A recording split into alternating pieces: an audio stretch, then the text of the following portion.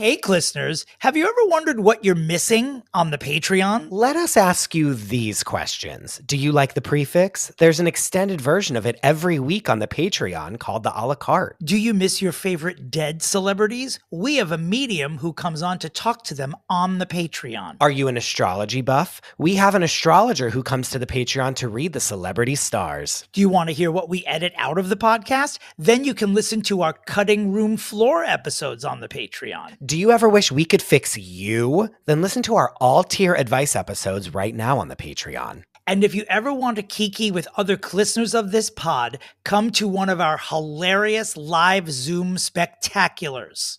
Still not convinced? No problem. Head on over to patreon.com/fixingfamouspeople to listen to an example episode of each of these. Absolutely free. See you on Patreon. Where's Shelley? There's some incredible TV coming out of the UK right now. Brits just do it differently. The accents, the wit, the scenery, the devastating one-liners disguised as compliments. It's all streaming on BritBox. They have the best mysteries, dramas, comedies, and seriously addicting originals like Outrageous, based on the true story of the Mitford sisters. They were kind of like the Kardashians of the 1930s, wealthy, audacious, chaotic, wildly opinionated, and always making headlines. And chances are you've never heard their story. It's stunning. It's jaw-dropping. It's very British. So check out Outrageous. It could be your next favorite. Don't miss Outrageous, streaming now only on BritBox. This is Fixing Famous People, the podcast where two reality television producers pitch solutions to save celebrities in dire straits. But first, let's get to the Pre-Fixe, your weekly pop culture roundup. Well, Diddy Acquitty. Sorry, I waited so many days to say it. I apologize. Can tell. Not a laughing matter, but no, at all. But not a surprise. But not a surprise at all. This RICO case that they had planned. People, it's funny because from the beginning, everyone was saying this wasn't going to work. That they were way overshooting, and now it has happened. And now we wait to see what his sentence will be for these lesser prostitution charges. If he is not sentenced to the max of all of this, I will be truly furious. And what is the max at this point? Like 10 years? But still, I mean, it's still 10 years. That's still a lot. Isn't everything about our planet so fucked up? Because like the most objective, subjective, any active view of the video of him beating the shit out of Cassie, why isn't a person just put in jail for that one thing? Why do they? Yeah.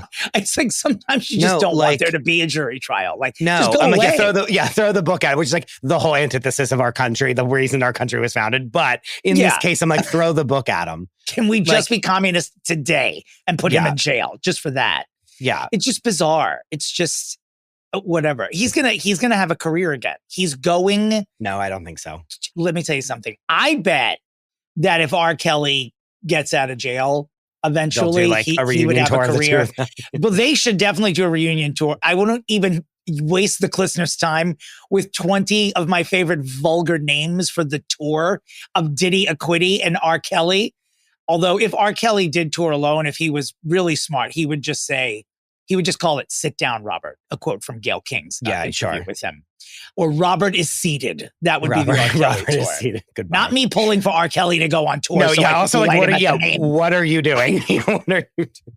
Set him free. Yeah, literally. Like, are you one of the people that was outside of the Diddy trial, like oiling themselves up with baby oil? I mean, those fucking lunatics. Why? It's disgusting. The whole thing is disgusting. It's vile. It's horrible. It was like a whole community outside the Diddy trial the past couple of weeks with a lunatic convention. Was this in our group chat that someone was like, some guy that was like friends with him was like passing out shirts that was like acquittal something.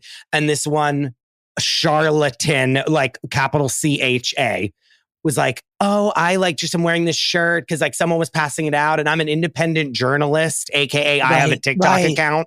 Right. P.S. As you all know how I feel about that. And she's like, I guess this is my 15 minutes of fame. I'm just going to wear the shirt. And they're like, do you believe that he's innocent? And she's like, no. And I'm like, there it is right there. all for clicks, all for bait, all for everything. Like, how can I get my 5 minutes off of this horrible, horrific tragedy that happened to so many people?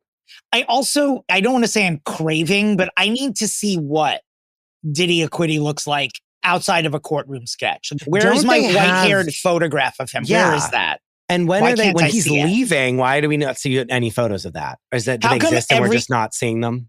I don't know. How come every time Harvey Weinstein is rolled into court for one of his 50 trials, I have to see live stream of him slowly turning into Gollum? Why can't I see Diddy Acquitty looking like Colonel Sanders? I want a photo of it. I want to see him aging poorly. That's part of the process for us spectators. If you're not going to throw him in jail, let me see he looks like shit. Help me. He better fucking go to. I swear to God.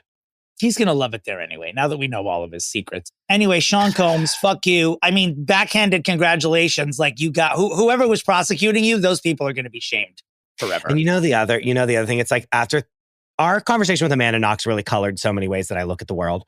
And this is another thing, is like, they were like, we have to get him on like you know what I mean? Like, maybe they did try to prosecute too much and it backfired on them. And it's like, it sucks that that's like what it has to be. And it can't be like the real, you know what I mean? Yep.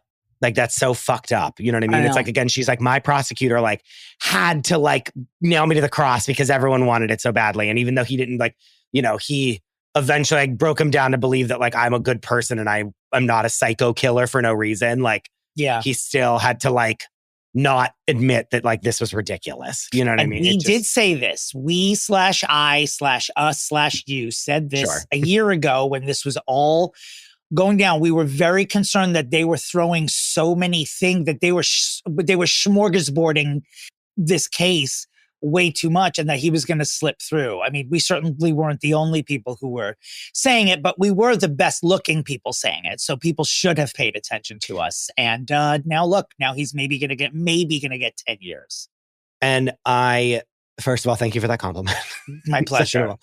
The one thing that someone this was on the internet somewhere, but someone was like, the reason that there weren't more female jurors on the jury is that they couldn't find women who personally or people that they knew weren't victims of sexual violence.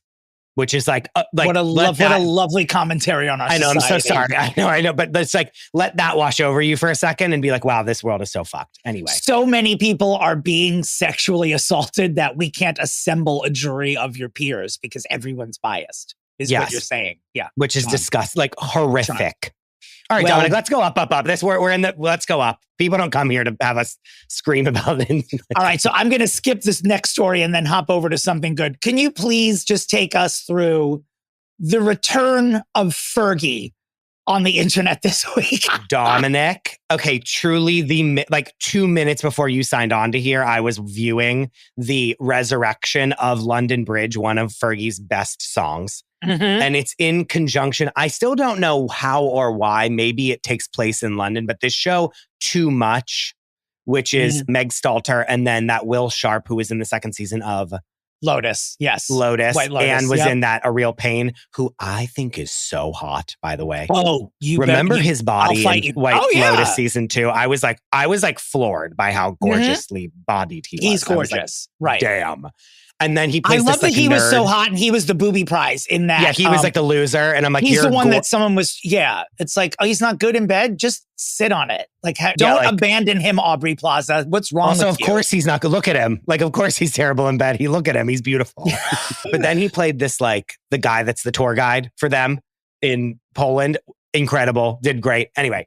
They're in this show, and I think they're in London for some of it, question mark. They are. Meg Stalter's in this Netflix show called Too Much, which is sort of like it's not like Sex in the City, but it is. Wait, is this Lena Dunham doing this? It's Lena, as you said. This is like Fix adjacent for both of them, Fergie and 1,000%. Like, 1,000%. It's almost verbatim my pitch for Lena, which was just be a staff writer on a show. She did create the show, but like, it was like, just write a show and don't be in it at all. And like, don't like be advertising that this is you. And she like 75% did that. So yes. So the nutshell of this is everything that's going to happen with this show is directly due to Chris DeRosa's opinions on the internet. Correct. You're welcome, Lena Dunham and Meg Stalter and all of you. Stacey Ferguson herself. Stacey Louise Ferguson.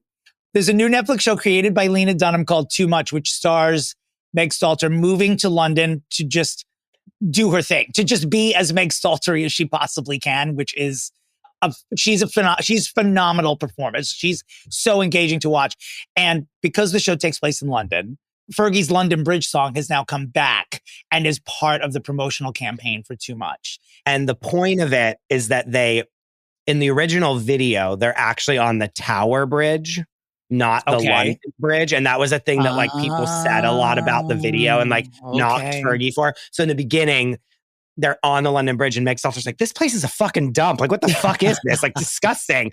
And Fergie's like, and she goes, it smells like piss. And then Fergie goes, yeah, don't you see why I didn't shoot here in the first place? Like, it's disgusting. And then she's like, and I've been paying 20 years for it. And then they basically just do like a new music video for London Bridge song on the actual London Bridge. Yep.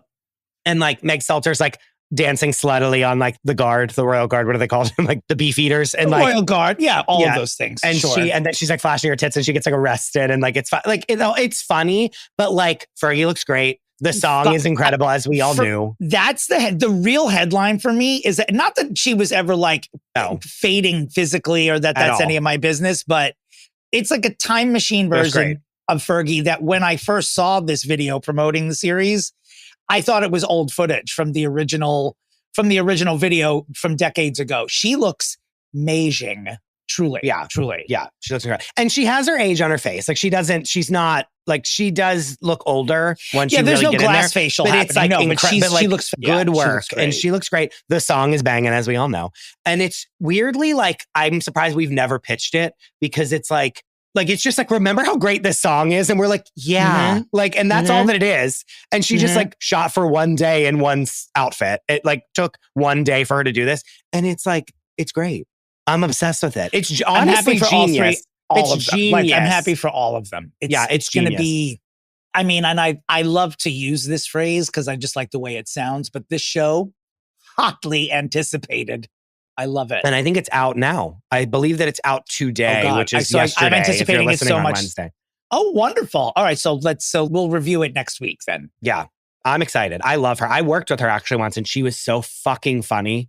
Like even in her offhanded Meg. Oh, I didn't know that. In her offhanded comments was so, like dumb, stupid throwaway comments. Hilarious. Dying. We're all pissing ourselves.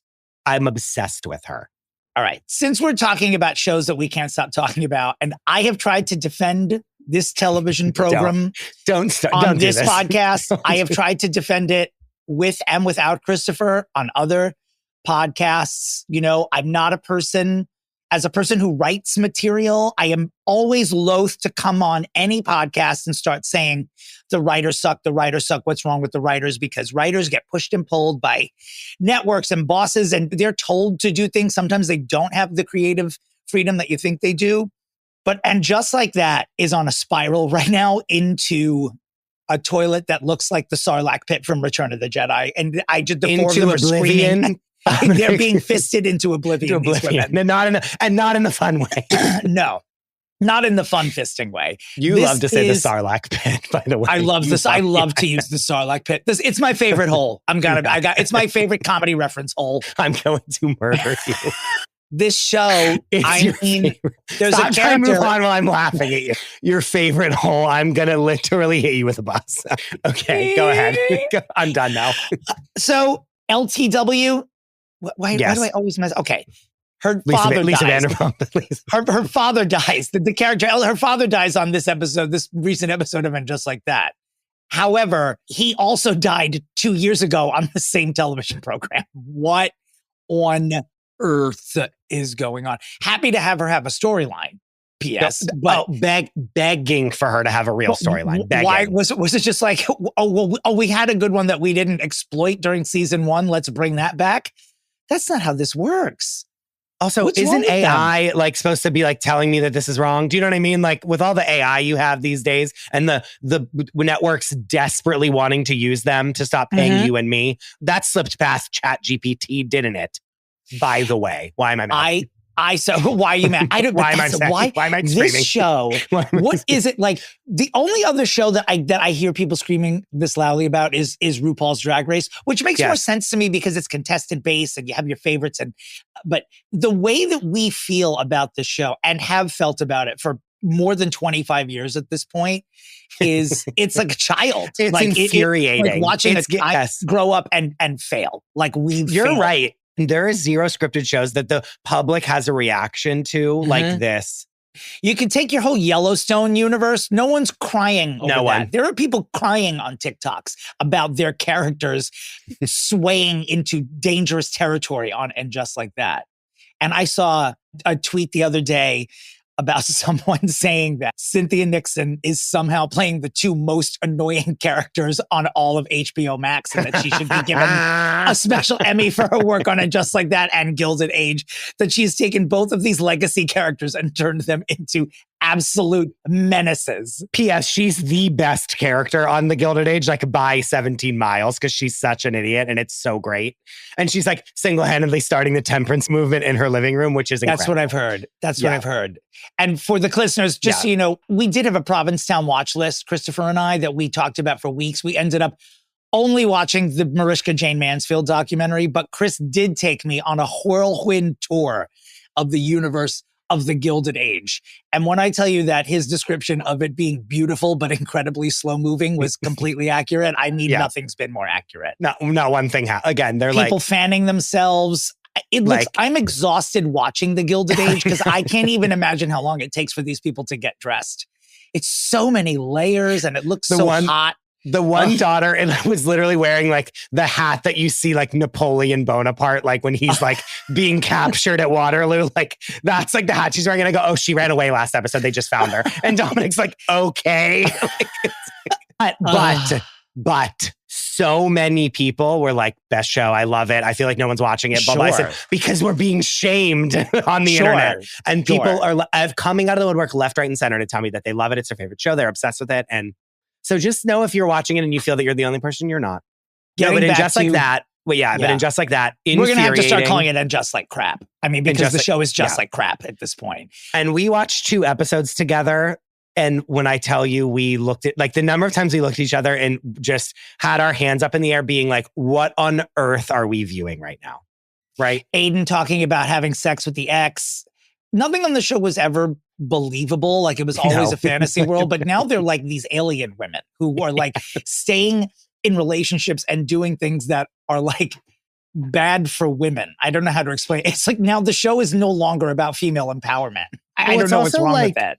It's this so like allegory of like Carrie is like, she's not furnishing the house because it's like supposed to be their house together. And so she just bought no furniture. And I'm like, you're a bajillionaire. You would be able to just rent furniture. Cause like she would be like, I want to have a couch to like sit on. Do you know what I mean? But I guess she just out all day lunching and like never home. But it's like, even if you're this rich, you wave a magic wand and money gets taken out of your bank account and you get an entire house full of furniture, period. Right. And then when you're done, you then send it back or put it on the side of the street because you're rich. Because you bought a brownstone that's like 7 bedrooms in probably the most expensive neighborhood of Manhattan. It's so weird. It's absolutely ridiculous that she doesn't have any furniture and that she's, P.S., if you are this rich, and I said this to you, Dominic, why on earth are you walking on your very old, expensive antique floor in high heels, which will ruin them? You dumb bitch. I also, and I'm sure some listeners can write in and correct, but I don't understand how she bought this place and didn't know that she had a tenant. Doesn't she know someone's paying her rent? Like she owns the building, doesn't she? Like how did she not know until a month after moving in there? She's like, oh, does someone live below me? Oh, that's right. Seema mentioned there might be someone down there. Well, that's just Carrie being a That's a homeless person. That's not a tenant. Like who's paying for that apartment? It's so weird. But again, like that part is more believable to me in that sense because she's like, well, I'm rich. I don't care about any of this. Like, I like don't, you know what I mean? And Carrie's also been the most selfish of all of them. And so like, she's like, what? Like, I don't know. But then again, this writer who's so famous that Miranda's like fucking cumming her pants when she meets him and is like, please sign my book. He's clearly successful enough to be like, oh, this woman is terrorizing me. I'm going to break my lease and just like go stay at a hotel in New York while I sit here. Yeah, and like, buddy, break your lease. She didn't even know you were there. You can break this is a dream situation. You don't even need to pay your rent. Just leave. Just truly leave and then just never see her again and no one will care. Yeah. The Miranda Carey roommate thing, and like Miranda's a bad roommate, this being the story. She would never, like, she moves into Carey's house for 48 hours and takes it over and starts like disrespecting the location and eating all of Carey's food. I ate the last yogurt. Well, I didn't even know you liked yogurt. Were fighting why was it in the refrigerator? We were fighting about the yogurt. Remember, you were like, I'm on Carey's side, and I was like, I'm on Miranda's side. We were like at an impasse there. I just don't understand women of that age that this is the whole, like, you know, like, well, we're so quirky. We can't get along in the same house. It's a mansion. Like that house is big enough. They would never have to see each other. And whenever she spills the stuff on like the documents and remember Miranda's like, oh no. And then takes her like her silk like scarf and like starts wiping up the Coke. And she's like, I like thought this was nothing. And she's like, it's my clothing. What are you doing? You fucking idiot. So weird. It's just so dumb. The whole thing, again, I've said it on everything that'll have me, writer's room. It's just so writer's room. And everyone has told me, they were like, do not listen to that writer's room podcast that they have because you will literally hang yourself. Like they truly were like, it is the most insufferable thing in every single thing that you think they're saying and that you say they're saying on these other podcasts that we go on to talk about it. They're like, they're saying it. The number of times I've downloaded it and then deleted it off of my phone because I was like, I'll never. I feel like you would have an actual heart attack. You would have a heart attack if you listened to that podcast. No, for real. Okay, so I don't know what I would file this story under. I also don't know why I put it on the list, but I just feel like everyone should know that the White House has announced that there will be a UFC fight. I mean, it's honestly so fitting. It's so fitting, actually. We know what's going on, though. 20,000 people on the lawn of the White House to watch two people beat the living shit out of each other. What? Where are we? We are complete and utter gutter trash. They removed Jackie Kennedy's Rose Garden so we could watch two barefoot animals try to knock each other unconscious in a cage. You know what? And I'm proud to be an American. At least you know I'm free. That was Cher's version of Lee Greenwood. we all know, Dominic. You didn't need to tell us. The minute you started singing, everyone, including myself and everyone listening to this, knew it was Cher's version. I'm Cher. And this is a new song for the Trump White House UFC fans. No, you know what this actually is? Is it so that all these like betting people like come to the White House? That's what it is. To get like all these, you know what I mean? And be like, look, you're my best friend. Can they build a new Rose Garden? Can they build a new Rose Garden? They've just like paved it over. No. All right. Well, that's all we have to say about that.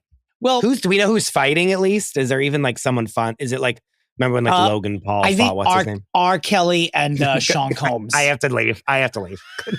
They have to fight to the death. One person has to die. The other one gets to serve life in prison. Who will it be? Completely fine with it. Never mind. Everything I just said is wrong. I have an even better idea. Let's put fucking Harvey Weinstein in there and get this over with. Because I don't want to see his Lord of the Rings ass in any other court talking about this. The prisons are disgusting. You raped like 100 women. Yeah. Anyway. All right. Katy Perry and Orlando Bloom, of course, announced their separation. But then a few days ago are spotted together on a yacht with their new friends. Or maybe they're old friends, actually. Oh, of course they're old friends because Lauren Sanchez and Katy Perry were Muppets in Space together. I forgot about that life-changing experience. But anyway, Katy and Orlando, I guess, trying to stick it out as friends. And they were on a yacht with Jeff and Lauren Sanchez Bezos. And tongues were wagging because Orlando's clearly been whoring with about a half a dozen other women, both before and after the announcement of their split. But they have a kid. They have one or two kids. They've one, I don't right? know. I actually don't know. I guess they're just keeping it together. I guess they've committed to yachting together. Well, P.S. They're both like, we need to be on this yacht with Lauren and Jeff to get for the photos. Like we're desperate. You know what I mean? Like Katie's like, oh, you're going to be there, Orlando. Like, I don't give one fuck. One, that. And two, it's like when you're together for like so many years, it's like, all right, whatever. Like what? One more weekend together is going to make us like kill each other. You know what I mean? I guess. Yeah. Could you imagine if one of them? I mean, they are like they do have at least one child together, so it's like I get it. Like, but yeah, no, he was like with Sydney Sweeney for no reason at all. He was with this. I mean, it's so PR. It's so obviously set up for the paparazzi, right? I mean, it has to be right. For her sake, by the way, for her sake exclusively, because even I too, in the words of Rachel Dolezal, I too am growing tired of so many people just talking about Katy Perry's career being in the toilet. It's like, it's been there for a minute. We can stop talking about it. Even we have stopped talking about it at this point. Like, she has been laid down, kicked, and shat on. Yeah. It's just sort of done now. She needs to go away for 2 years and then have a comeback. And again, at least she has a fucking job. Like, he's on the list and I'm coming dancing knives ready and sharp for him. I am just surprised to see you going after a Lord of the Rings person as hard as you do. I thought they were sacred in your household. I was obsessed with him. Like, when he was younger, like whenever he was in Lord of the Rings and Pirates of the Caribbean, but like wasn't really like super famous in America yet. I was like trying to find out how I could see his like movies in the UK and all that. I was obsessed with him. But no, at least she has a fucking job. Yeah. I'm coming out when we fix him eventually. I'm coming after him. Because I'm like, you like sit in your house. I'll never forget that video that she put up on her Instagram where he was like doing like throat singing and like sitting in his living room with like a crystal, like Spencer Pratt on his throat singing. Yes. Can you expand upon that? There was like throat. I don't think he was doing it, but it was like playing in the background. It was like, oh, you know, like those like throat singing things that people do. What do you mean? It's like an Aboriginal, like, it's like an Aborigine sing. Okay. You know what I mean? Yeah. You know what I'm talking about? Yeah. It's like I that heard the was word playing. I hear the like word throat. You have no idea where my mind goes. I have absolutely no idea. Into oblivion. You've been throat singing a lot recently. Throat singing and playing the skin. Isn't that the town activity of Provincetown? Welcome to Provincetown, the throat singing capital of the Northeast. No, sorry, that was too easy. No, but like, I will never forget that video where he's like, it's just like every LA guru thing put together in one video of like him in a robe with a crystal on his forehead, meditating, quote unquote. The robe is like slung open, basically. We're almost seeing another penis shot of him. And then there's like Aboriginal throat singing playing in the background. And Katy Perry's like sneaking in like, hello. And he's like chanting. It was just all the charlatan behavior possible. I gotta look it up. Not throat singing in an open robe. I mean, this sounds like gay erotica. It is. I mean, he looked great in it, but it's like the most charlatan behavior you've ever seen in your life. Speaking of charlatan, why have we not met a drag queen who's used the name Charlotte In? I mean, that could be some sort of Asian name. Couldn't it? Charlotte In or Im, like I am maybe, like Charlotte In, like a little twist. You're welcome, ladies. Let's look for that on RuPaul's Drag Race in season 30. That is a good drag name. It can be yours. Sure. I feel like I'd be a really ugly drag queen, don't you think? I have such like a mannish face. I don't know. I can't picture. You definitely have you do have a man's face. And I wonder what you would look like. I'm not like Superman, but like, I just feel like I have like a pointed nose. Like, I feel like my you nose have a Roman nose. No, you are a man. No one would mistake you. I mean, you in drag would probably be akin to Gene Hackman in The Birdcage. That's sort of like that level of it. No, like actually. When was the last time you were beardless? I was literally just about to tell you that like college was the last time that I didn't have a beard. Wow. I've never lived in this city, I don't think, and not had a beard. I would love to see what you look like without one. I told you many a time, I almost am going to shave this part, like just have the little under the mouth and then like the chin and then shave the sides and just have the mustache, like the Colin Farrell. When he was like at his hottest, he kind of still sometimes is doing that, but like almost done that a million times. But I'm like, I literally will have like an absolute identity crisis whenever I shave off my beard, and won't know what's like. I'm gonna like scream bloody murder and like run around the house. Like I don't know what's gonna happen to me.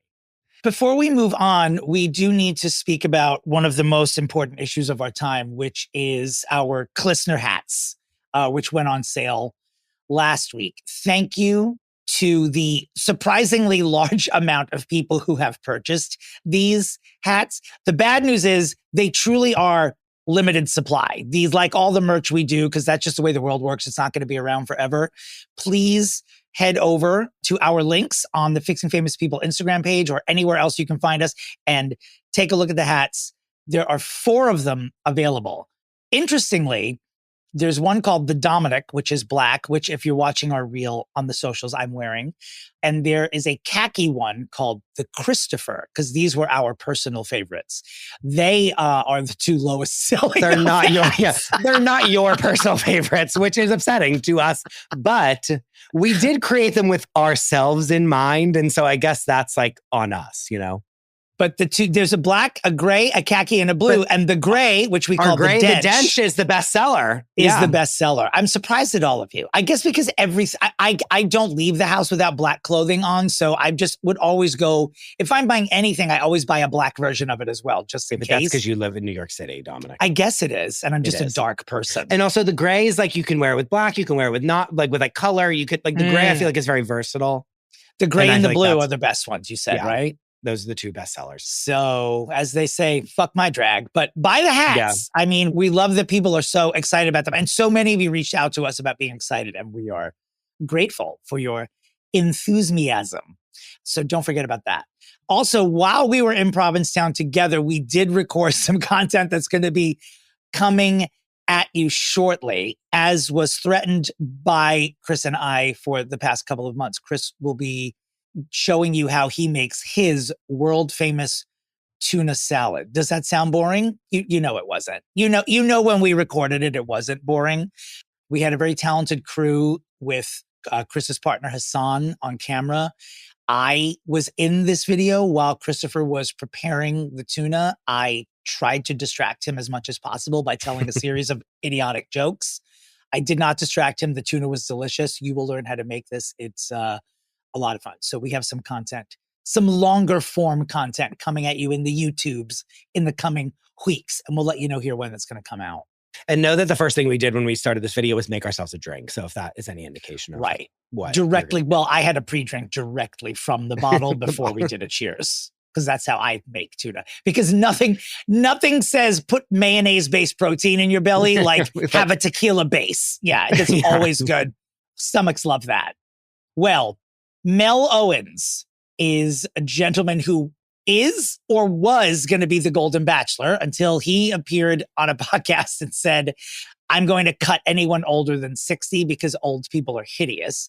So the whispers are from Reality Steve and several other accounts that are generally in the know that after he made those statements, ABC went into crisis mode and they are likely going to be replacing him. But no one's commenting on any side. What I would imagine is that while they are trying to replace him, they're also probably thinking of a way to use his being an idiot as some sort of twist. And maybe there's some sort of moment they could exploit this and still use him anyway. Like, how do we make him viable? Do we have him apologize? Do we force him to do a Golden Bachelor where the minimum age is 60? Is 75. That's what I... It's like women like being rolled in on like literal bed rest. Absolutely. Yeah. And you have Judi Dench as the host for this. Yeah. You know what I mean? Like, that's what you do. So I don't know. I mean, I'm sure they're trying to figure out how to make his fuck up make them money, which isn't necessarily a bad thing. He just sounds like a douche. I'm sorry. Them saying, oh, you don't want to do this in the way that we have it set up. Bye. And then just getting a new person. That to me, like, makes me feel like, oh yeah, good for them. Like, that puts me on their side. And I'm never on the Bachelor's side ever. I fucking hate that. Like, I'm such not a viewer. And Kate Casey just made me watch a 2-hour episode of Bachelor in Paradise that made me want to truly never watch TV again. So when I saw that Kate Casey was advertising you were coming on to talk about Bachelor in Paradise, I thought to myself, Christopher is miserable watching this. Yeah, like why? He's not. He loves Kate Casey passionately, which is the only person that could get you to watch that would be her. My opening line for her is like a grievance of like, you made me watch this for 2 hours and the golden people don't even come yet.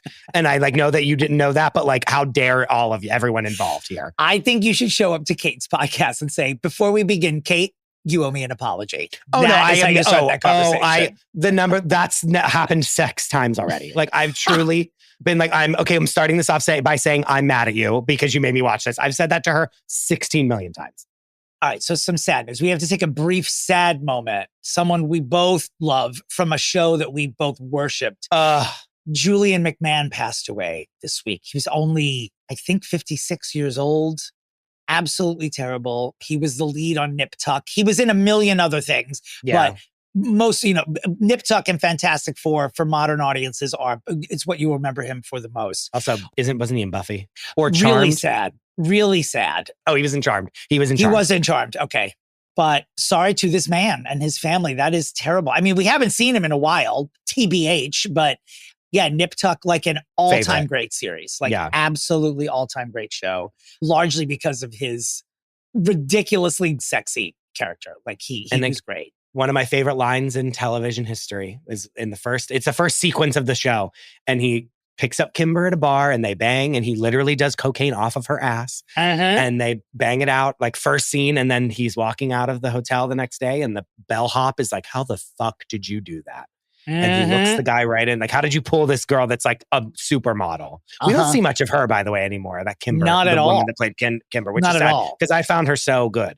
And he looks at him, he's like, how the fuck did you get that girl? And he looked at the guy and he says, behind every hot girl is a guy who's tired of fucking her. And I was like blown away by that statement. For better or worse. Someday you'll have to tell us why that line affects you so personally. Maybe that should be a Patreon episode. Stop. Never mind. Who hurt me? Yes. Let's name names on the Patreon. Name them. No, it made me think. It really made me think. And I was like, fuck, you're right. Tom Cruise's birthday was this last week. If you haven't heard of Tom Cruise, he's an actor in the Mission Impossible. I have. I don't know who that is. He's also a murderer. Tom Cruise, Oscar nominee and murderer.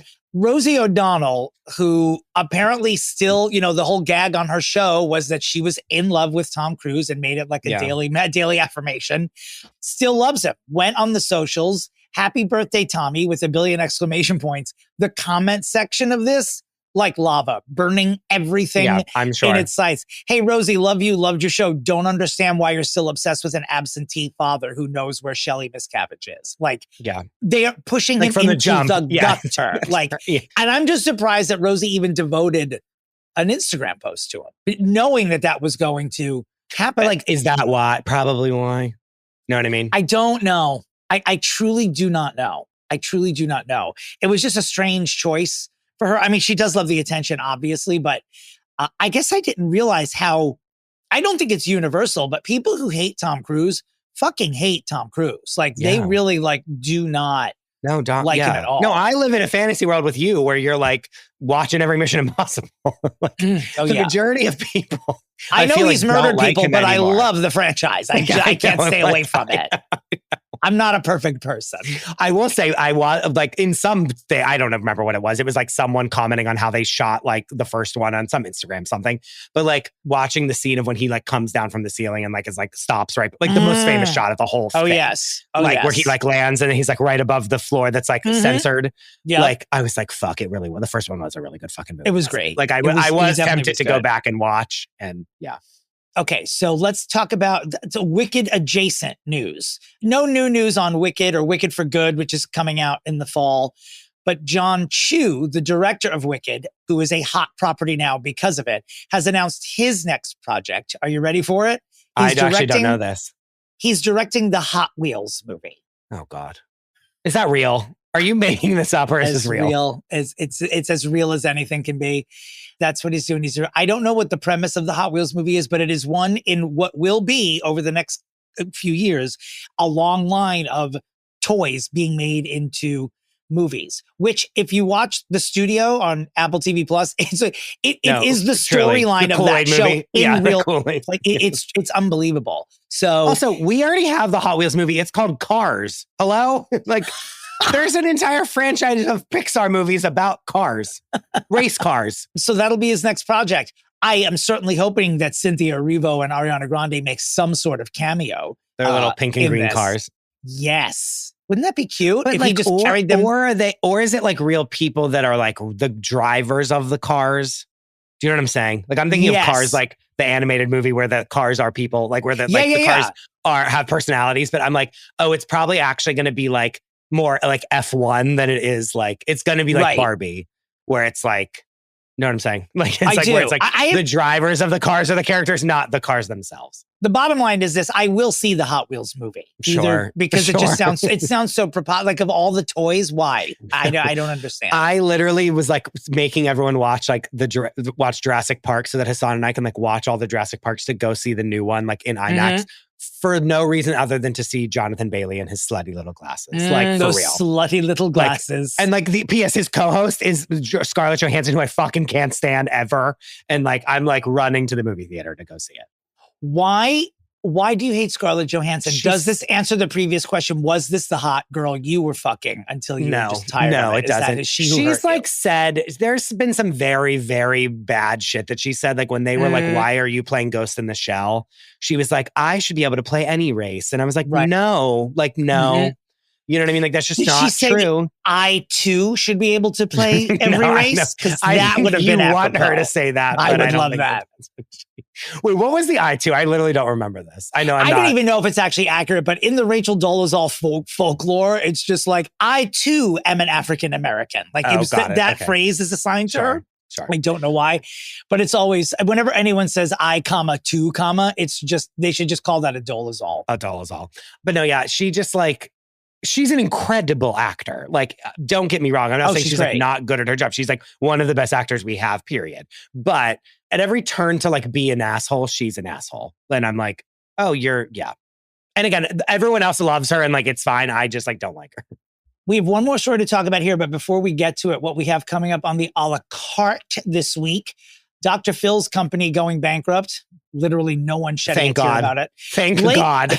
Blake Lively has, in a shock move, subpoenaed Perez Hilton and Candace Owens to be witnesses in the ongoing saga of the Lively Baldoni legal system, which is what I'm now going to call it, because it's holding too much space. I wish we had better tech to have like music cues that I can push buttons on, because I want like literally the theme song from Curb Your Enthusiasm to just start playing right now, because that's what this is. Like, you know what I mean? Like that's what I hear in my head whenever you say that.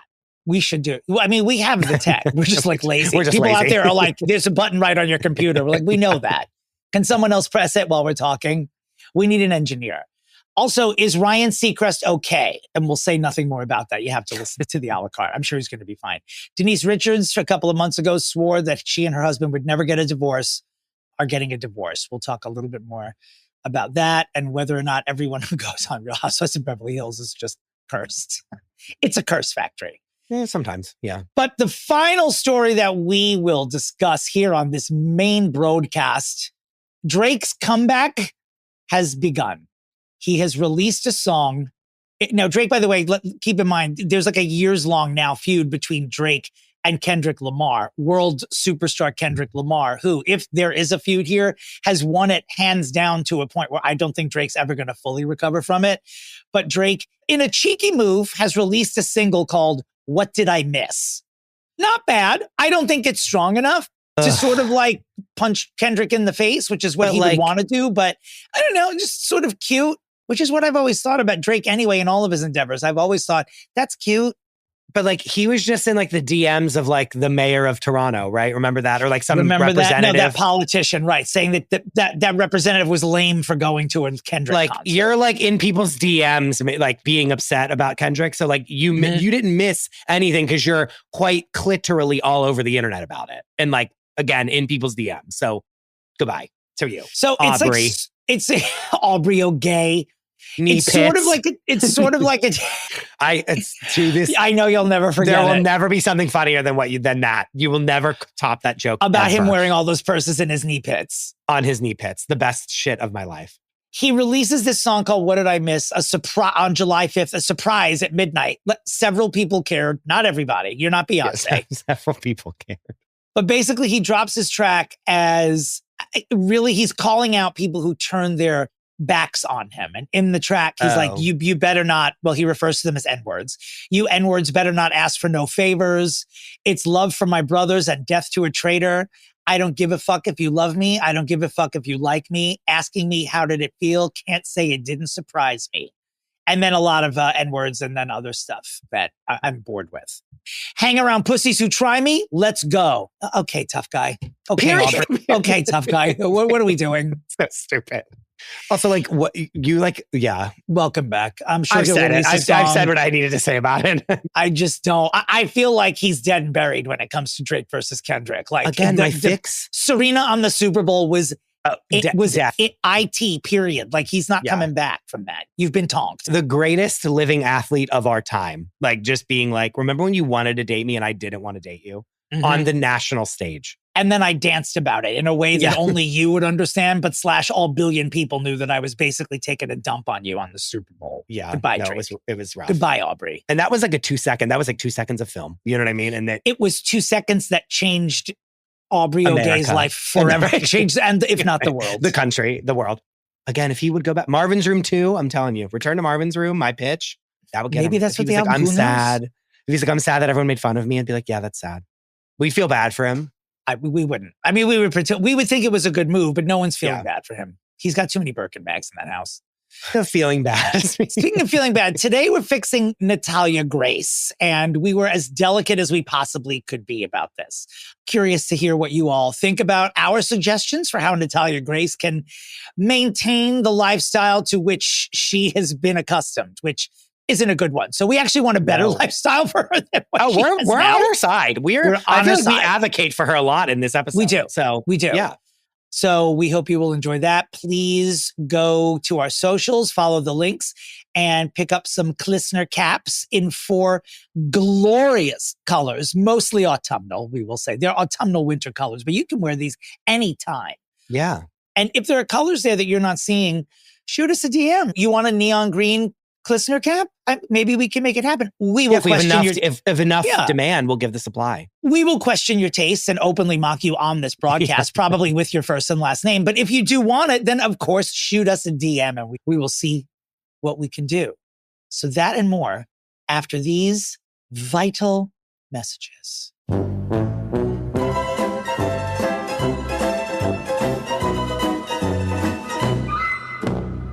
You know and love her from her podcast, The Libra Lounge. It is Keisha. Welcome to the show. Hey, I'm so excited to be here. Keisha. This is like a big moment for me. I'm going to put this on my resume. Oh, brother, really? goodbye. Yeah. Oh my God. Famous people.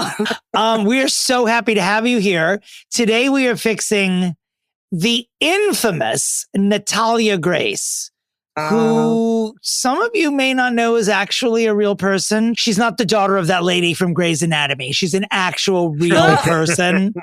That version was horrible. That was so bad.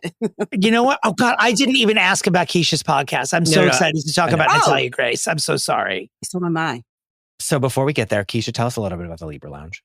Okay, the Libra Lounge with Keisha is a raunchy podcast. We cover celebrity news and gossip. If you love Meghan Markle, never listen to my show because I will always have something negative to say about her. We actually call her Meghan, I don't want to be Black Markle on my show. We talk a lot of reality TV and I cover shows like 1,000 Pound Sisters, My 600 Pound Life, Mama June, things that people kind of like, that is total trash television. I love it. Mama June. We've run the gamut with Mama June on this podcast. Yeah, I'll tell you we tried to fix them all.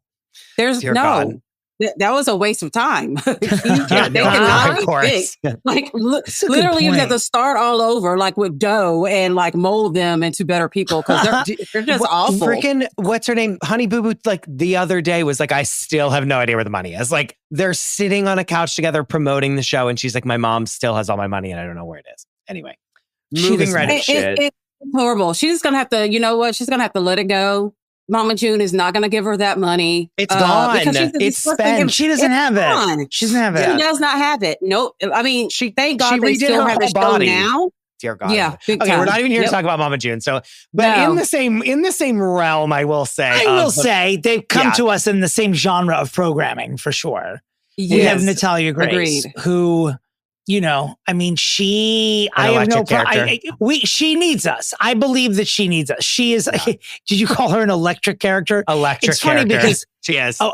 I feel she is the least electric of everyone in her circle, which is the funniest thing. She needs the most love, but she's made a few mistakes along the way and she needs our help.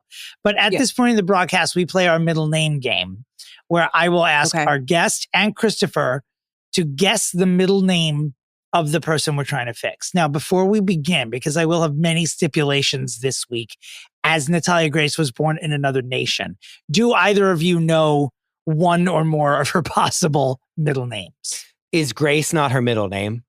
Grace is her middle name, but there's another name after that. I just want to, beyond Grace, do you know anything about her names? Okay. No. So Officially, her name is Natalia Grace Blank Mans. That's her. So there's another American female name in there that would count as her middle name because she was born Natalia Natasha Vadimivna in the Ukraine in 2003.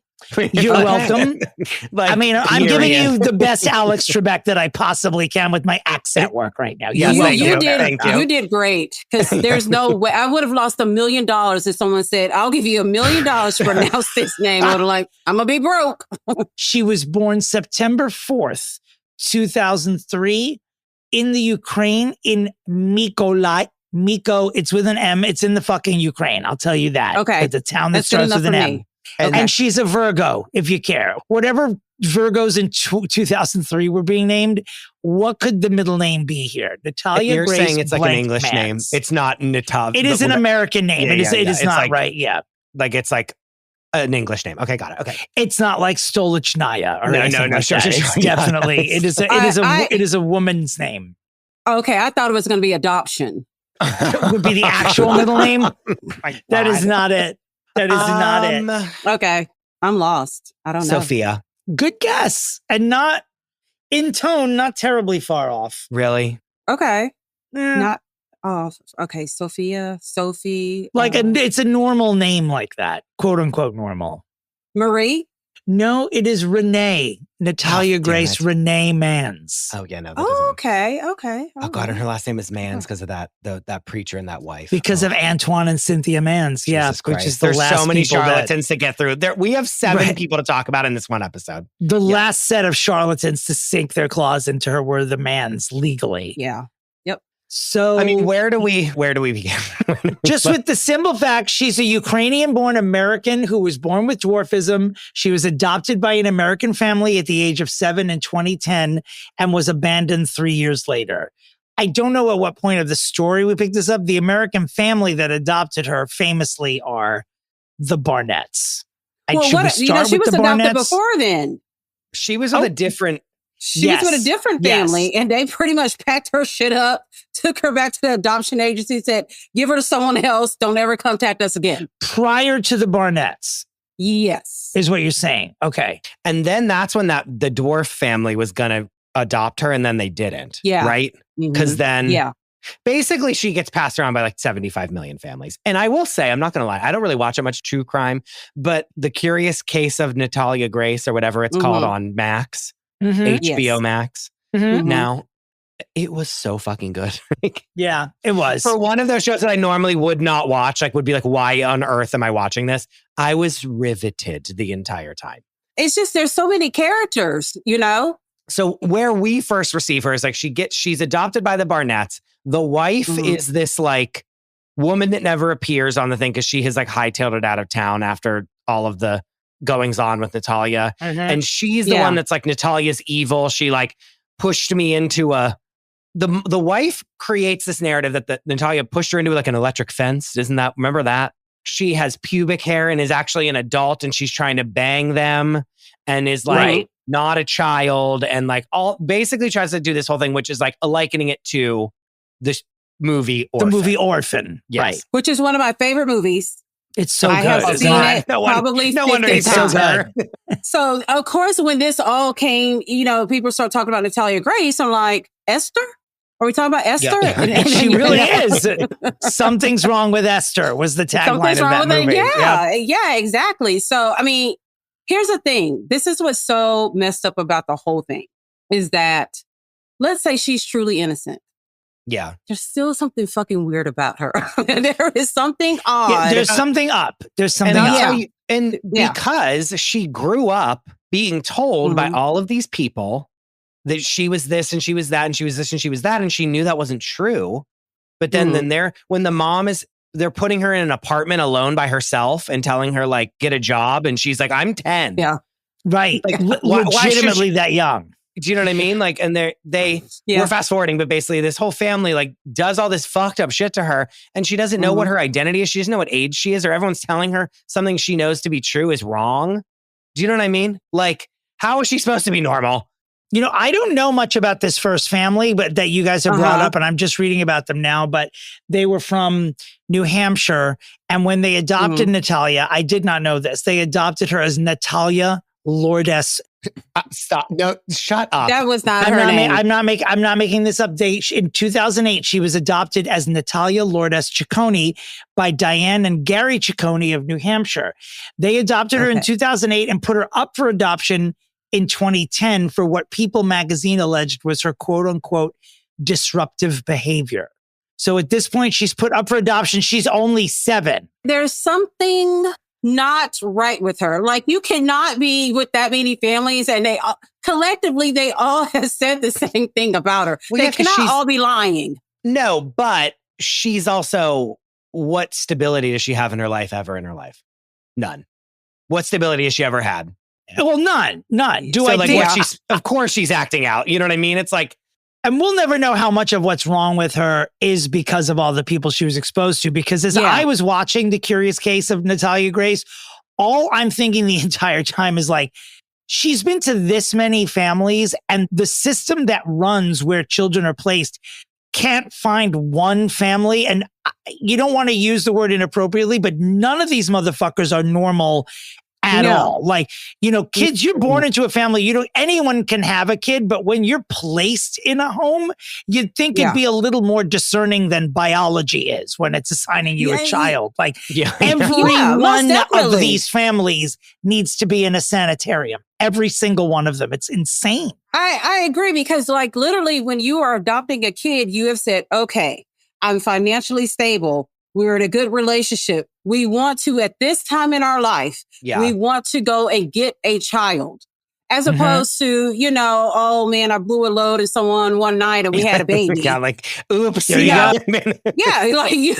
Jesus Christ. Jesus. Into oblivion. I can't. We've all been there, right? My daughter got here. No, I'm kidding. I mean, my daughter was an oops, most definitely. So, but these people, I tell her, I was like, look, it was supposed to be a summer fling. I mean, I thought I had every disease there is other than like pregnancy. So she's like, this can't possibly be what this is. It cannot be that. So, I mean, these people are all saying, we want to take this child in. They know that she has a severe case of dwarfism. She is going to need all this medical attention. And they know there's something going on emotionally, and they still fucked it up. Yeah, they're like, oh, this girl, she's disabled. She has she needs to have like custom made shoes. She has to have all these things that are like, this isn't just like a little person. It's like, so right. Yes. No, this is like a big undertaking. And they're all like, oh yeah. And again, like in the first part of that documentary, the dad, that charlatan father who we'll get to, who Dominic was robbed for not playing in the TV movie or the series.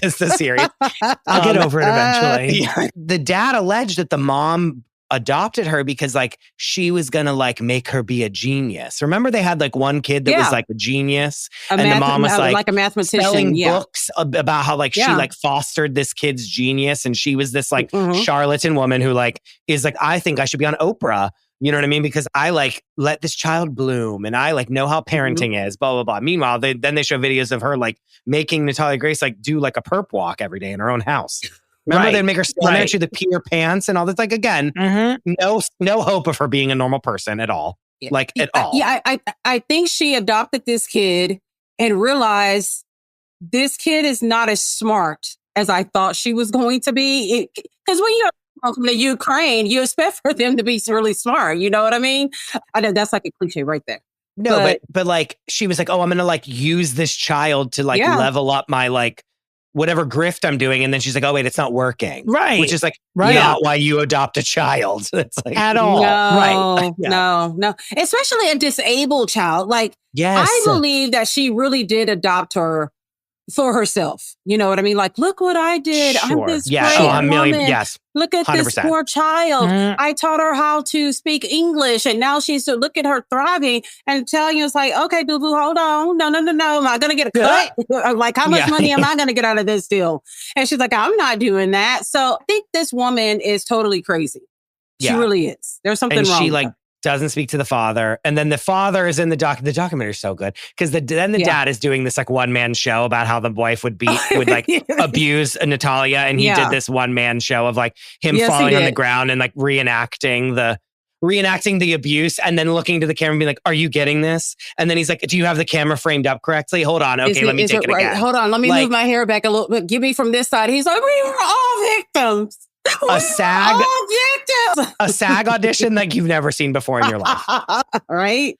And also, while we're here, happy Pride to that man. I mean, honest to God, like, I don't know. He's gayer than Chris and I tied to a Fabergé egg. Like, this is the gayest person alive for sure. Yeah. And then who comes in later in the episodes and comes in a backwards ball cap and a luxury car. He's struggling for money, but he then is pulling up in a Corvette. Mm-hmm. Remember that? Well, he wore the baseball cap backwards so he could look less gay. He's like, so he could be masked. Yes. Spoiler alert, it didn't work. Yeah. No, right. It didn't work. Like, beyond. So then Natalia like leaves that family. Where is she in the first part of the documentary? Because she's not with them anymore, right? Well, when we first start off, they are literally going to go adopt her. Like, she's already been dumped by this first family. They are looking to adopt. Right. So here's another part of it is that the whole adoption agency was kind of fraud itself. Okay. Yeah. So the Barnetts got no information. They didn't know why the Chaconies didn't want her anymore. Like, was there something that happened? Like, they really did not know. They didn't know that she needed all these expensive surgeries and things like that. And they also paid money to get her. And then they were told, like, you're actually going to have to do something additional financially to get her. She's going to need these surgeries. And they found that out like after the fact. I don't know if I believe that, but okay. I'm not sure either. I don't believe anything in the story, right? that they say. Like, not one thing do I believe. Right. It's hard to believe anything anyone has said in this story, but yes, I mean, I'll take that explanation for us to go along with it. Sure. Yeah. But I just simply don't believe it. I'm sure the agency was charlatans full, but like, I just don't. It's so funny because every single person in this whole ecosystem of her life is like, we want her so badly. And then the minute that she's with them, they're like, I'm financially ruined by this. Like, right. And they like even the family of little people that is like, she should be with us because we all know what it's like and blah, blah, like she relates to us. They get her eventually, finally at the very end of all this, spoiler alert. Yeah. And the minute she's there, like the mom is like, now I'm paying for all this stuff. My husband and I are going to get a divorce because of this. Like, I mean, what do you expect? You are literally adopting another person, which means you're going to take on more financial issues. And this is a person, like, here's the funny part about the Little People family. We have got to find out what their last name is. The DePauls. That's right. That's right. So the mom has the same type of dwarfism as Natalia or very similar. So the surgeries that Natalia needs, she's already had. So, bitch, you already know it costs a lot of money. Why are you complaining about it? You've been there. Like, quite literally, you've been there. You know. You are there. Right. But then she goes to this charlatan family number 2, which is once she escapes the mom that was horrible that we never see, and then the dad who is like truly trying to get a Tony tomorrow. Yes, he is. Who his performance in this is incredible. He flip-flops so many times. They do like Real Housewives style reunion episodes where they try to like come and talk to each other. And he's with this charlatan lawyer that, like, again, if you haven't seen this and this isn't convincing you, I don't know what will, where they go to do a sit down where Natalia's just like, what about this time that you did this? And he's like, I'm not answering this. I'm not talking about this. And his lawyer busts in and like they leave in a huff. It's incredible. As they practiced at home. Yeah. It's something that's supposed to be so serious and your heart is supposed to go out to this poor child, but it's a total fucking comedy. It's a just circus of people a total around circus, her. yes, including her. Yeah. She does a lot of stuff herself that's like. Well, as she gets older, because this is the other thing, the original family put her in an apartment because they try to prove that she's an adult and they actually get her re-aged legally. Yes. So that like she's legally like 19 years old when she's really 10 years old, which and living in her own apartment.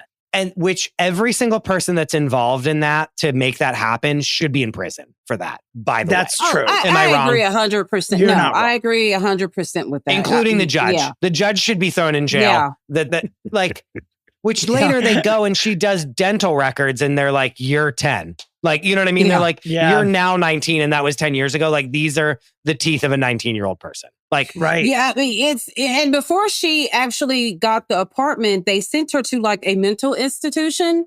And this is where things get like kind of odd to me, is that the people that worked there said that she was very sexual. Like, they had to take her out of the children's section and put her with the adults. And she would talk very sexually to the men there. She would like stand on top of tables, dancing and things like that. So these are the things that kind of frame up something different. You're like, okay, there's something really going on with this kid. Well, that's then like she gets her own apartment. Yeah. And then they like, put her in her own apartment. That's like alarming. That's not like, she's alarming. an adult. Look, like, you know what I mean? Yeah. That's like, oh no, this person like needs real help. Yes. Right. It also means she was probably abused before she even left Ukraine. I mean, that's the likeliest story. 1,000,000%. So, which further is like, this person needs real care, not, look, can't you see? She's like a dirty slut that wants to like suck every dick in the mental institution. Well, she's never got it. And that was the thing through the whole Curious Case. Like, I just kept watching it. I'm like, how is no one, we're literally shooting one of these families, kidnapping her from another one and putting it on television. And all I'm thinking is, was there no authority that could step in and do this, where it's just okay that she's being literally kidnapped? There was consent. She got into the van when she went with the DePauls, but the DePauls literally kidnapped her from the Manses. It was crazy. It was crazy. Not just from the Manses, from church. They actually from an actual service at church. Yeah, I'm like, ain't this some shit right here? It just like, they'll be busy. They'll be busy with the Lord, so she's like can escape. Right. They are so imbued with the spirit, they didn't even realize that a family was taking one of their children and driving her away in a van. In an Uber. Because the DePaul lady can't drive. So it just... No, they had to have like an Uber or a driver. Yeah. It's... Oh, God, the whole thing is a mess. And we're not even like... And P.S. what we're talking about is like the tip of the fucking iceberg of this show. Then she's with this like religious family. She goes with this religious family eventually when she proves that she's still a child and like is only now 18 like today and not 10 years ago when they made her live alone as a 10-year-old. Yeah. Then she's like 18, so she gets all this government assistance because she's severely disabled. And that family is just using every single dollar of her government assistance for themselves. Look, I have a saying, you never trust a person who has a snout. And that Cynthia Mannion had a whole snout. You cannot do it. You cannot trust a person with the snout because they're half pig. And, you just cannot do it. When I saw that snout, I'm like, you can't, this is going to be bad. This is so incredibly bad. And it was because they totally mind fucked her. They abused her and she became part of the cult. They had all these little children run around looking, dirty clothes, like one black shoe, one white shoe on. Like, it was just, then you hear the husband like preaching and it's all about him. I'm like, where's the Lord in all of this? And they basically are using all these kids for government assistance. I mean, it wasn't even that it was obvious. It was admitted. Like the whole thing with the family number 3 was money. I mean, they were holding her hostage so they could get her check. It was crazy. It was crazy how blatant it was. And then family number 4 was like, can we get that check so she can like have money to use and to live and get surgery? As you call her, snout was like, I'm not. P.S. What's never leaving my mind is snout. Snout. Snout was like, no, why would I need that? Why would you need that money? Like, I still need that money. And it's like, remember, that was a whole exchange.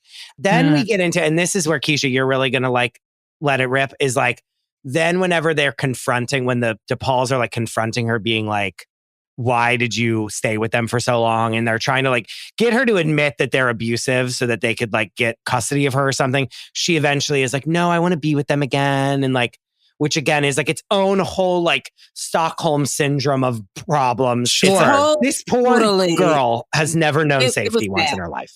And so now he's like staring at her like, you better say the right answer. You remember how we practiced this, right? You want to eat food? You want dinner tonight? You better say the right thing. It is just so insane. And not to mention, followed their story on TikTok as well. And they had this huge GoFundMe. They're like, the GoFundMe was for, they needed to get a bigger van that was more accessible for Natalia. That was one. Yeah, I remember that. And the other part of it was to give Natalia the vacation of a lifetime, something that Natalia didn't see any of that money. They didn't get a new van. She didn't get surgery. She didn't get new shoes. She didn't get any. They took all of the money from her. No, of course they. What a surprise, by the way. No, she's up there with Honey Boo Boo going, where is all of the money that I have earned? Where is all of it? She's been with 4 families and no one has bought this poor child a bottle of shampoo. Her hair is religiously dirty. Goodness. It is dirty. It is oily. It is just like, it makes her look less innocent. It's just like, can we please? Well, no, because they her hair, and because it's sad because then she got that boyfriend in like the UK question mark. Wasn't he British or something? And they're still like together. Well, at least she like has that. Is that good or bad? I don't know. What do you think? Are they still together for real? Yeah, she. I forget whose page it was. Maybe it was one of the DePauls. They said that she went to go visit him, and then recently on the Reddit, someone said, guys, do you know what part of Europe or England or wherever the boyfriend is from, what town it is? Because I could have swore I saw Natalia. I mean, here's the thing. If you see Natalia Grace on the street, you fucking know that's Natalia Grace on the street. Yeah, I mean, she's pretty unique. She is pretty unique. Yeah, she is. So I think they are still together, but it's still so weird to me why he does not want anyone to know who he is. Well, you know what? For the first time in her fucking life, one of them doesn't want anything to do with the whirlwind of what she comes with. Yeah. And so I think that's why she likes him. Yeah. That's a good point. Yeah. Mm-hmm. And he probably has a real job and just is a job. Yeah. Like she is like, oh, someone who isn't like trying to market themselves off of me. That's why she likes him. 100%. Yeah. Now, my biggest grievance at the end is like, she could have a job. Like, again, I'm probably so wrong and like let everyone tell me. But like, I'm like, there is a job she could do for money. Like she like kind of tries to act like she like is like, I'm on this government assistance check for the rest of my life. And like, that's the amount of money that I'll have forever. And I'm like, but you like type on your phone. Like there's so many random jobs you could just do. There are from like hundreds of things that she could do. Right. It's like she could work. Disabled people they have hundreds and hundreds of jobs. There's of course something she could for sure. All the time. And I love, everyone talks about me, but I have watched like every single season of Little Women, Atlanta, LA, Dallas, like 5 Little People, times. Big World. Remember them back in the day? Yeah, like they have jobs. I mean, like she just doesn't want to work. You know what? Maybe she is intimidated about the thought of having a job. I also think that like everyone that's always been her parent, quote unquote, and I use that, I use skywriter air quotes with parents, that they all are like, well, if you have a job, then you don't look so like, I can't like capitalize off of your misfortune as much if you're like one of the cashiers at Walmart who's like making like enough money to just like buy groceries every month. Right. Do you know what I mean? She's been taught that check is her value. And she's been taught that if she were to have a job, that check will go away. And so subconsciously, she just probably thinks I'll have no value if I'm a quote unquote normal person who has a job instead of the money that I'm getting, deservedly so, for being disabled. And it's just weird. Like this is someone who truly just does not know who they are. They've never been given the opportunity or the space to even know who they might be as a human being, because everyone has had some sort of agenda. You know, I don't know a lot about the Chacconis. They haven't gotten as much press as the Barnetts and the Manses and the Chacconis have changed their last name. They have moved. I don't blame them, their actually, last name, and they want nothing to do with this. You know, well, because they bear a lot of the responsibility here. Like, how is a 7-year-old so disruptive that you have to scar her for life by calling her your daughter and then returning her like she's a blouse? I mean, I don't know what she did to the Chacconis, but I bet that with a little bit of help, the Chacconis could have handled it. I mean, she was very young when they gave her back. 7 when they returned her, you know, like they had her from when she was 5 to 7 and she was from another country and she was in an orphanage. Of course she was going to have issues. You should have known that before you adopted her. You know, you didn't adopt her from she didn't come out of Thumbelina's flower covered in fairy dust. And you're like, oh, let's take this normal, adjusted, like perfect person. It wasn't like that. Yeah, like Google. All four of these families is going to tell you. Yeah. Yeah. All four of these families need NCIS to look at all of these motherfuckers. But the Ciccones in particular started a series of events that is sort of like, what'd she actually do to that family where it was like you had to ruin her? I bet they changed their name. I fucking would. I'll say this as a parent, age 6 and 7 is pretty fucking annoying. Like, I mean, it will make you rethink parenthood. It's just like, what the fuck was I thinking? What did I do? I mean, they're just annoying. But all jokes aside, this was super horrible. Like, could they not have gone to like a class? Could they not have done therapy? I mean, there were so many other things that I feel like they could have done instead of like saying, here's her shit. Take her back. We don't want to have nothing to do with her. And even if she was a terror, she's a 5-year-old kid. Like, what does it mean? Like, what? Yeah. Like, what? Right. Like, and not just a 5-year-old kid, a 5-year-old little person kid. Yes. Who can't get around without assistance. Right. She's not swinging from the chandelier, like ripping the wallpaper off the walls, right? Like, it's like, yeah. She is most definitely not doing that. Here's the thing. Even if she were on a ladder, she couldn't reach the chandelier. She's just that small. Oh, my God. I'm getting us canceled today. I'm so sorry. No. And remember, Keisha's not a part of this podcast and her opinions are her own. No, but you're right. I mean, you are right. It's like, I mean, in every way, the deck is stacked against her in every single way, always. Yeah, I want a full investigation and miniseries about the Ciccones only. That's what I want, because that was, who knows how much what the Ciccones said when they returned her influenced the Barnetts to be like, well, why don't we just say she was fucking crazy also, you know? And it just became compounded. I mean, she just gets passed around as a victim. Yeah. So by the time she gets to the Manses, she's just 3 feet 7 inches, her actual height, by the way, of a check. And that's it. Yeah. Like, that's what she is. Yep. The other part of it is that I put her in the same ecosystem as like Gypsy Rose Blanchard, where like she had no hope and it was all for everything in her life was for optics. And so she learned so early that it was all like optical. And then also too, she gets so savvy of like the media of it all. Yeah. That even in the end of the documentary, we all like raise an eyebrow at her because she's like, can we turn the cameras off? And then she's like, you know, which is the thing every single reality, you know, producer wants to see. So you put it in the trailer of like her being like, I'll tell you the real story, but without a hot mic on me kind of a thing. Right. Which I'm like, she's probably just like, I don't know how to navigate this because no matter what I say, like one of the families that I have like at some point been a part of are going to turn on me depending on what my opinion is of this. Do you know what I mean? 100%. Like she can't even speak her truth on this show that's about her because she has to do it in a way that is so calculated. Yep. Because that's what she was taught. Because when you're a kid, all you do, the only thing you know to do is to imitate what you see and what is around you. And so she's being passed from charlatan family to charlatan family. She only becomes a charlatan, you know, like think of like the traits you inherited from your parents when you were that age. Like my dad was super funny and like a salesman and a negotiator. And like, I knew how to like do all the things my dad did by the time I was 10 years old, to the point I was just like a mini me. Most kids are mini me's of their folks until they hit middle school, high school. That's what she was. Like, how could she be anything else other than, I mean, I don't want to get too harsh, but as a liar, I mean, how could she? Yeah. Of course she's going to be that because that's how all these people function. Someone who lies, someone who gives up, like when the going gets tough, give her back. Yes, absolutely. Yeah. She didn't just arrive that way like some sort of evil genie. Like she saw the people around her doing it. And all you need to do is spend 3 seconds looking at that Barnett dad to know that every drama queen gene in her body, she absorbed from him. Oh, yeah, because he is most definitely, you know, a high school theater teacher.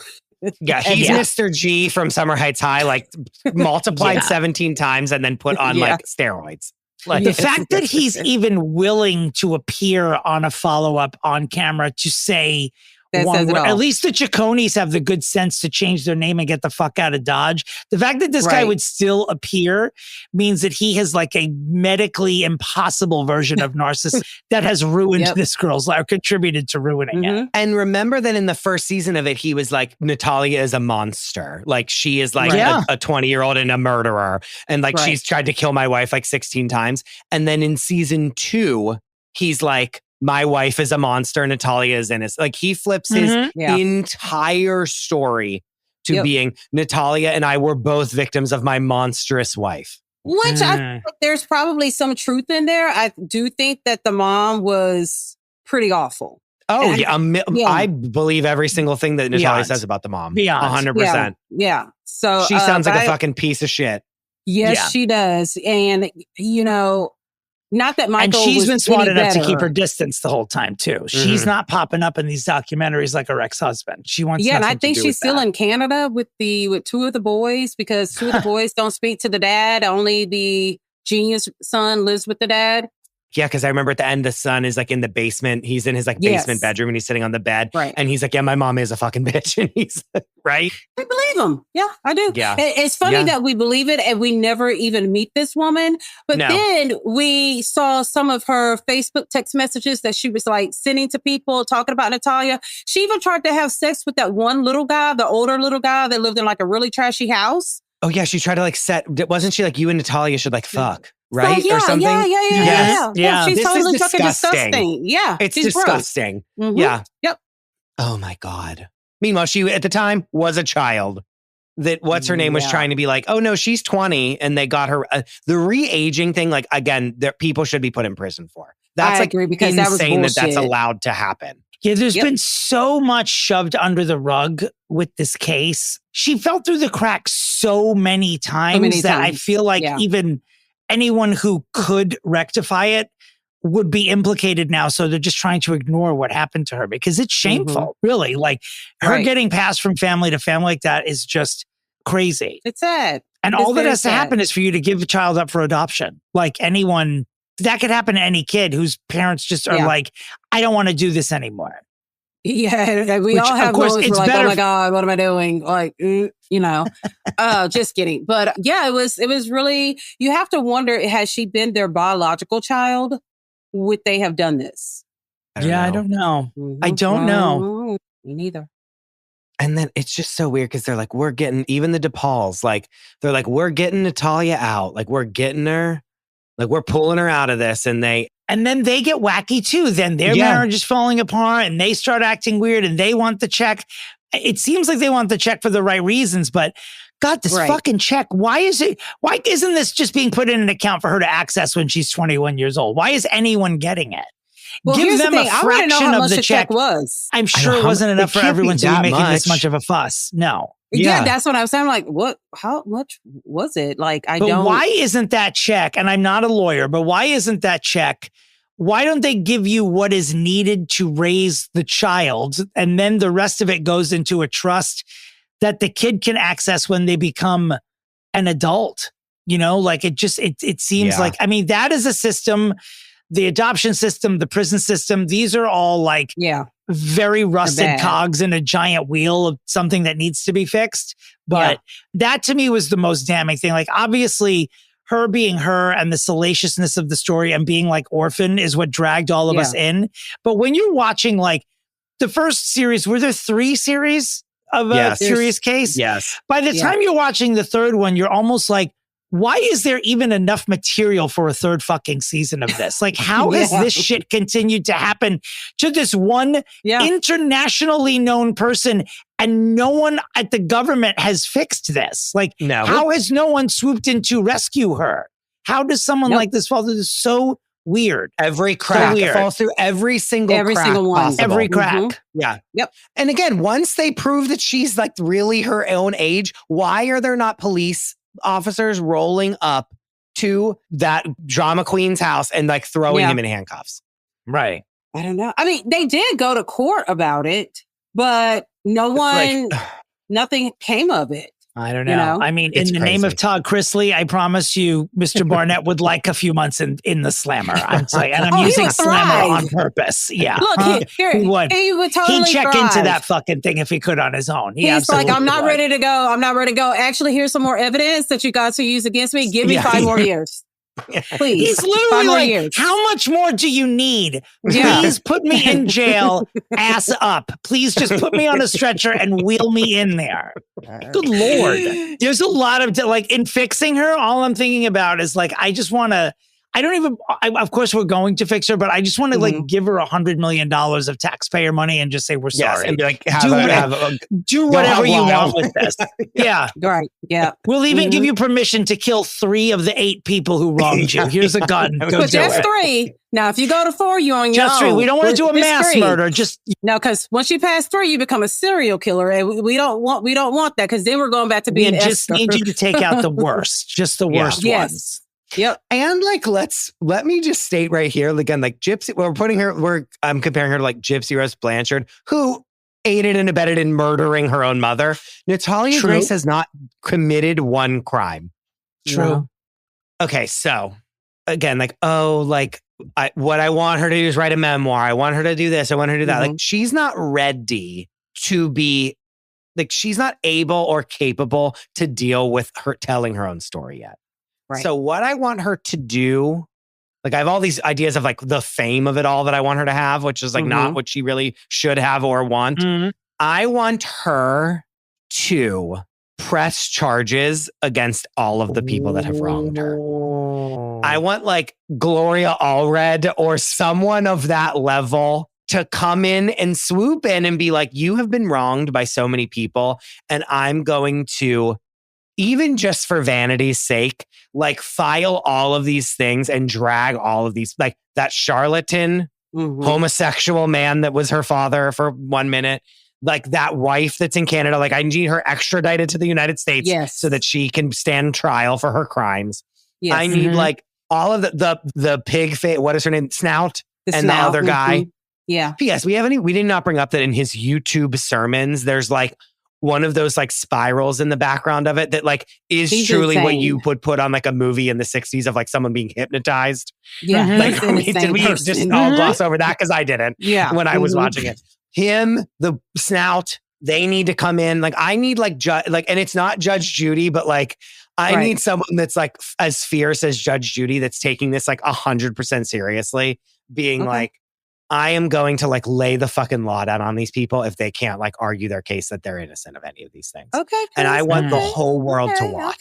Like, and obviously we will turn it into a media circus, rightfully so. But I want her walking into court. I want her to like, and I don't even need her to go up on the stand, but I need like the hammer to come down on these people and award her like every dollar that they have. Like, they'll be working for the rest of their lives to pay the debt that they owe her.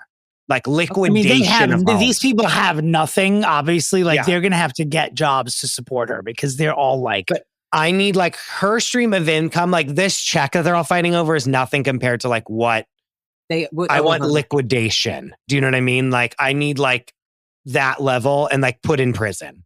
Like, and they're working in prison to like pay off their debt to her. That's how much I think Michael would probably make the most money if he's in prison and he's actually working. Yeah, sure. Working. He's a working girl in prison, if you mean. Yeah, sure. That's what I want. And then like 10 years from now, when she's been in therapy for 10 years, I want Oprah and her to sit down together. Jesus. That's like in 10 years. Like that can't happen now. Chris, I was thinking the same thing about the Oprah. She can still do it. She can still do it. She'll be fine. Yeah. I want justice in the eyes of the law is my pitch. I mean, the amount of circus pitches I have for this would get this podcast removed from every platform it's on. So I'm not going to come here and say she should be on the cover of Sports Illustrated swimsuit issue. I'm not going to be an asshole about anything. I want to do the opposite of do something cute for her. Yeah. I want her to be given an apology award I don't know how we would do. I mean, it would have to go through the court. So I don't want to mimic Chris's pitch, but she just needs to be given an amount of apology money from the United States and honestly just given the option to go back to the Ukraine, because This country has failed her at every step of the way. We placed her with 4 different families and we couldn't even get it right, like a 10% right any of the time. And somehow these 4 families have been allowed to go on multiple seasons of a television show and flaunt how horrible they were. And no one has done anything. I'm still mystified at what we'll never know what the real story is, I fear, through all of this. But I don't want to be flip about it, but I almost feel like her best solution is to go back to the Ukraine. I think she would actually be a celebrity in the Ukraine. I guess she'll be there with her boyfriend. Yeah. But do people actually want to go back to the Ukraine?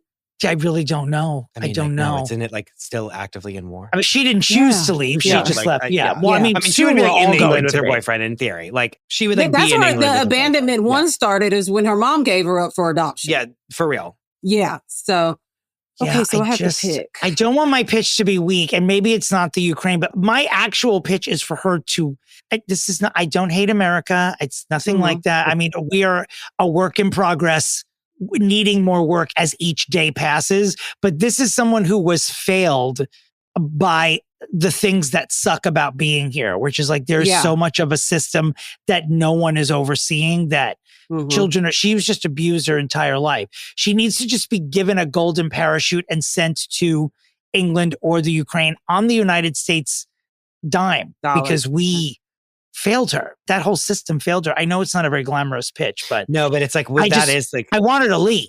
You know, I want her to leave. Like this hasn't worked out for her here. Leave. And never look back. Never look back. And it's okay. Not everything works out for everybody. It doesn't mean that America's a horrible place to be, but it did not work out for her. And honestly, if I'm her, I'm thinking, why the fuck would I stay here? I'm going to pay tax dollars to a place that fucked me over every step of the way. 4 families. 4. Ooh. Just leave. Leave with a gift. I know we don't do that, but especially now. If I had to pick, I'm going to have to go with Chris. And I mean, I'm not even going to lie. I would go with Chris, given these 2 pitches. I'm not proud of my work. It still gives us what we want, which is like the constant flow of tabloid media where we're talking every single thing that happens in the courtroom is being like, I would want to be in the courtroom. I would pay to be in the courtroom. But you know what I mean? Like even if it's closed doors and it's just like the Diddy trial and it's like those sketches and just hearing every day's testimony, like the whole nation would be transfixed. Oh my God. Can you imagine what the sketch artists would do with Natalia? They better make her look like a fucking supermodel is what I'm going to say about that. I don't even know why we still have those. Like, why she's don't we do now. It's like, so, can't you like AI that now? I guess why? I do like it. It does make me think back to like old school, like, because I guess the cameras were trying to think of like cameras were for O.J. Simpson. Yeah, like they were in there, weren't they? I was like, but the cameras were in there, so I don't remember any of the sketch artists. I used to love those and be like, oh shit, that's like real top. But now they're just horror. Was like, she fucking doesn't even look like that. No, they better make her look amazing. Yeah, they better not make her look like the girl who played the role her on the show. Oh my God, it was so bad, so bad. Oh my God. Okay, I'll take this win. Congratulations, Christopher. You've earned it. You truly earned it. Keisha, thank you for being here. This has been a whirlwind. Where can people find you online? You can find me on Instagram, TikTok, Facebook under the Libra Lounge with Keisha, and anywhere you can listen to podcasts, you will find me. Dominic, where can people find you? Chiefly on Instagram at Dominic Pupa. My website is domitary.com. You can also find me at Domitary on TikTok. Don't forget that Fixing Famous People has a TikTok under at Fixing Famous People Pod. Christopher, where can our listeners find you on the World Wide Web? You can find me at the Chris DeRosa. You can find the show at Fixing Famous People, and you can find the Patreon at patreon.com/Fixing Famous People and YouTube at Fixing Famous People. I wish you both well, and as always, where's Shelley? Goodbye.